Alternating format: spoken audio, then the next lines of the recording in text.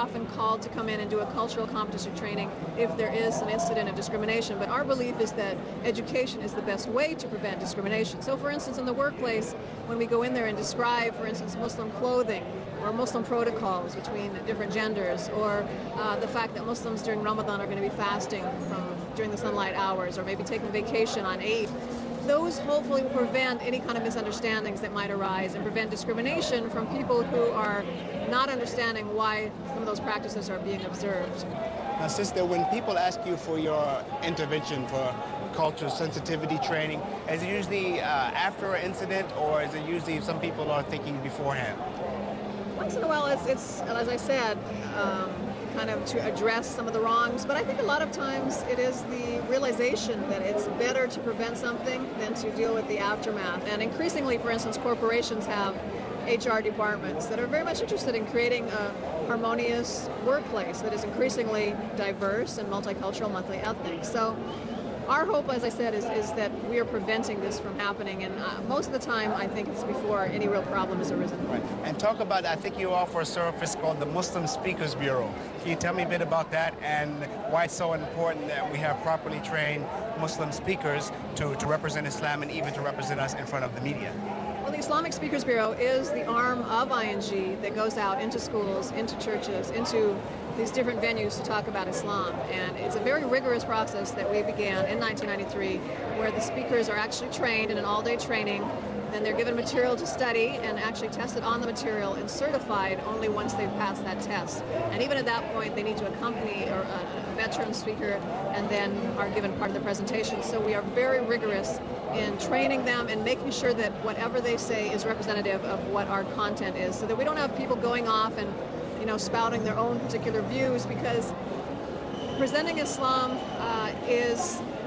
should be done in a way that is rational, that is reasonable, not imposing one's view, not proselytizing. And especially when you're going into schools, there are regulations revolving around the First Amendment that require that you can teach about a religion, but that you don't impose that religion. So it's very important for our speakers to understand that difference. And what has been the response from some of the agencies to whom you've sent speakers? Oh, it's been overwhelmingly positive, beginning with the schools, because a lot of the teachers didn't study Islamic history. They may not have the knowledge necessary to answer some of these questions, and we're going in there and doing that service for them.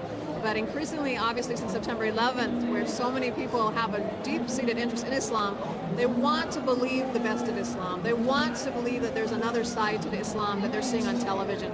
And they're sincerely looking to Muslims to give them those answers. And so the interest has spiked dramatically after 9/11.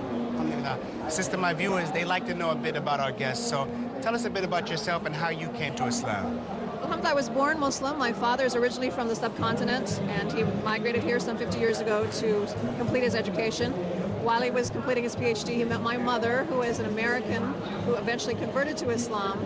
And then when I grew up and decided to get married, I crossed the world a bit and married a Syrian who had come here to also complete his PhD. So I'm quite multicultural. I do speak some Arabic as well as English, obviously. Okay. And from your perspective, the issues facing Muslim women here in America, what are some of the major issues facing Muslim women, and what do you think that Muslim women need to do to kind of overcome some of those things?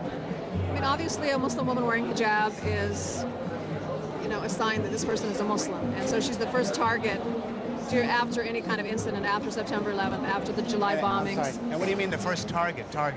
In terms of she is identifiably a Muslim.